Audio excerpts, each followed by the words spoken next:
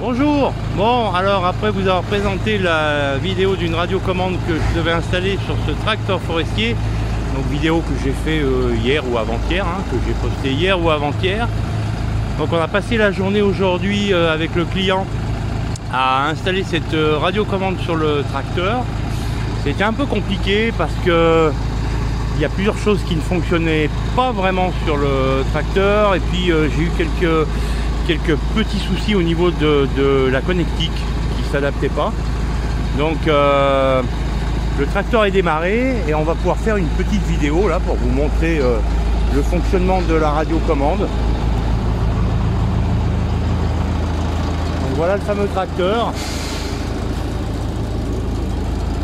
Le tracteur est là avec une grue, le client attend avec son porte-char dans le chemin. Et donc comme je vous avais montré hier ou avant-hier, voilà donc la fameuse radiocommande.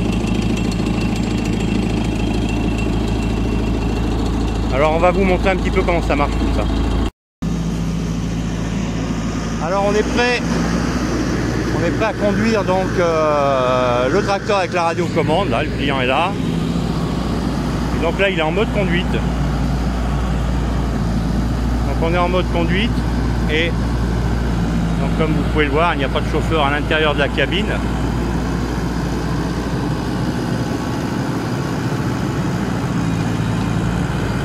Et le tracteur donc va sortir de nos ateliers. Voilà, donc évidemment on a la direction, marche avant, marche arrière, les freins. Voilà. Alors on va peut-être pas aller jusqu'au bout, parce qu'autrement la vidéo va s'éterniser. Et puis je vous montrerai un petit peu, on va faire une petite pause et on revient quand le tracteur sera à l'arrière du porte-char.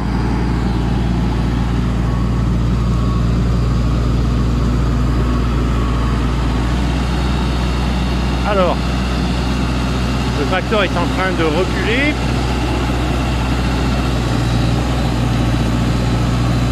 Il est piloté donc par l'utilisateur avec sa radiocommande. Voilà, le chemin est un petit peu étroit.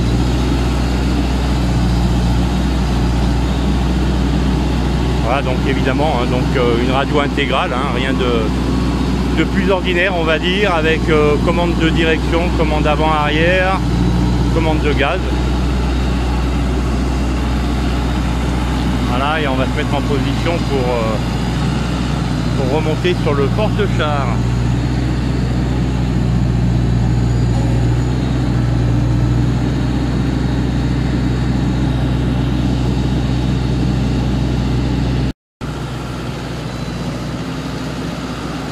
Le tracteur est en position, comme vous pouvez le voir.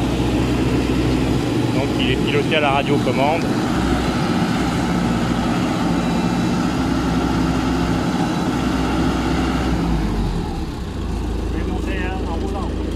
Ouais.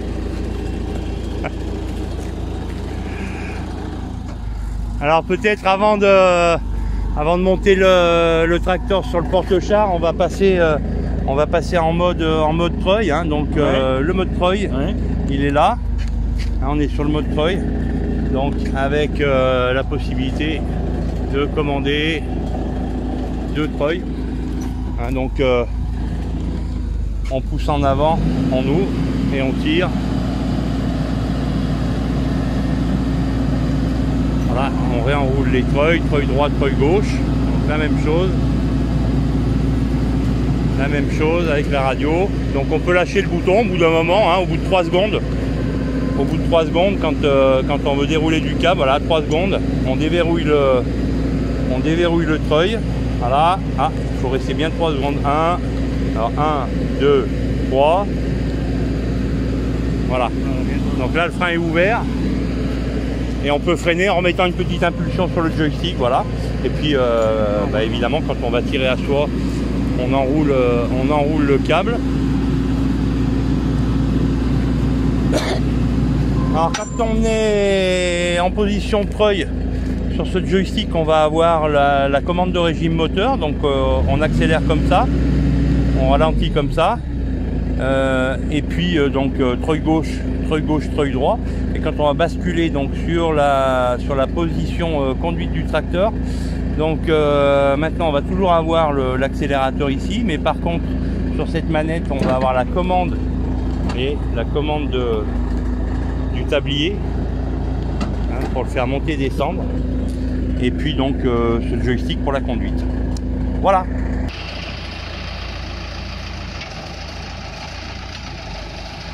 Donc là le client a décidé de remonter le tracteur sur le porte-char en conduisant en cabine, parce que comme la radio est toute neuve, qu'il n'a pas encore vraiment prise en main, il ne voudrait pas faire basculer le tracteur à côté du porte-char, et donc il a repris les commandes en cabine.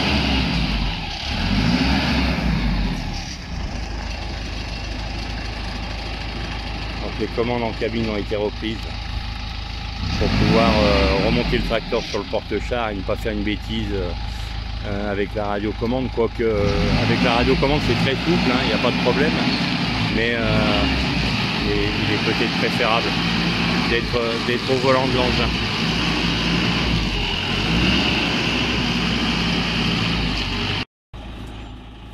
Alors une petite chose qu'on n'avait pas précisé, c'est que évidemment donc la radiocommande permet de démarrer et d'arrêter le moteur du tracteur à distance, hein, ça c'est une évidence. Donc démarrage, arrêt moteur, régime moteur, direction droite-gauche, avant, arrière, treuil droit, treuil gauche et commande de tablier. Voilà, donc on a à peu près tout sur la radiocommande, à peu près toutes les fonctions. Par contre, il n'a pas été prévu de piloter la grue et le grappin avec la radio. Ça n'a pas été prévu, mais ce serait faisable, pourquoi pas. Alors on est prêt à conduire donc le tracteur avec la radiocommande. Là, le client est là. Et donc là, il est en mode conduite. Donc on est en mode conduite et donc comme vous pouvez le voir, il n'y a pas de chauffeur à l'intérieur de la cabine.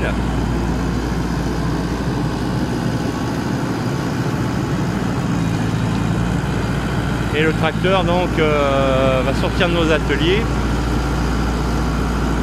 Voilà, donc évidemment on a la direction, marche avant, marche arrière, les freins. Voilà. Alors on va peut-être pas aller jusqu'au bout, parce qu'autrement la vidéo va s'éterniser. Et puis je vous montrerai un petit peu, on va faire une petite pause et on revient quand le tracteur sera à l'arrière du porte-char.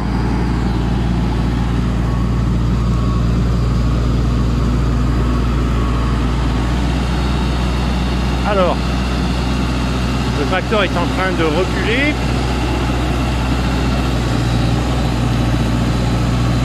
Il est piloté donc par l'utilisateur avec sa radiocommande. Voilà, le chemin est un petit peu étroit.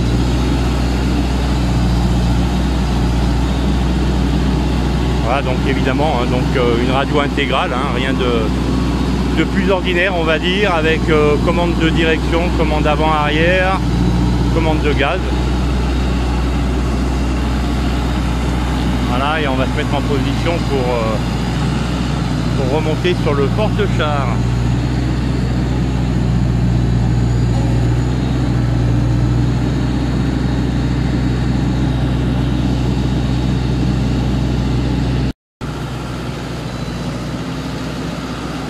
Le tracteur est en position, comme vous pouvez le voir. Donc il est piloté à la radiocommande.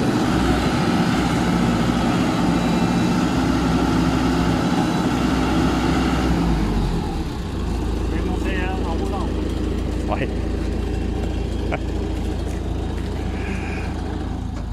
Alors peut-être avant de monter le tracteur sur le porte-char, on va passer en mode treuil, hein, donc ouais. Le mode treuil, ouais. Il est là. On est sur le mode treuil, donc avec la possibilité de commander 2 treuils, hein, donc on pousse en avant, on ouvre et on tire.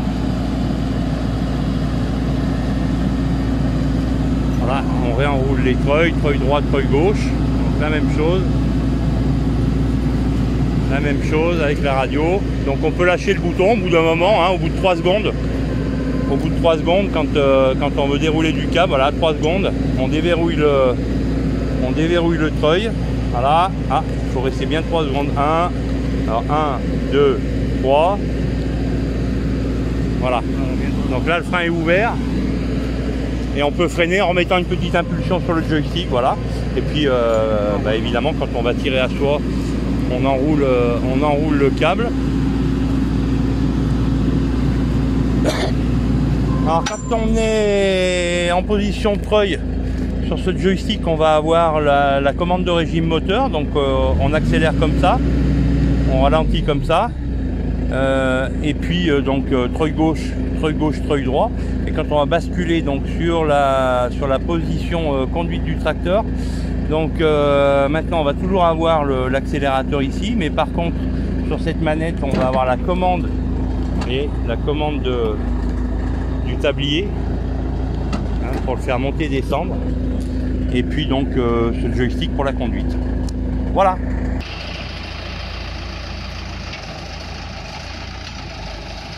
Donc là le client a décidé de remonter le tracteur sur le porte-char en conduisant en cabine, parce que comme la radio est toute neuve, qu'il n'a pas encore vraiment prise en main, il ne voudrait pas faire basculer le tracteur à côté du porte-char, et donc il a repris les commandes en cabine.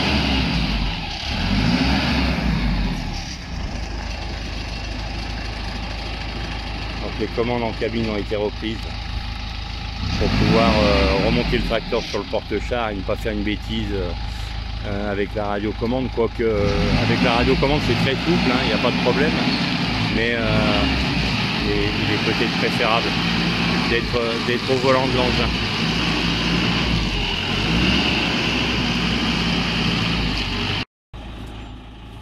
Alors une petite chose qu'on n'avait pas précisé, c'est que évidemment donc la radiocommande permet de démarrer et d'arrêter le moteur du tracteur à distance, hein, ça c'est une évidence.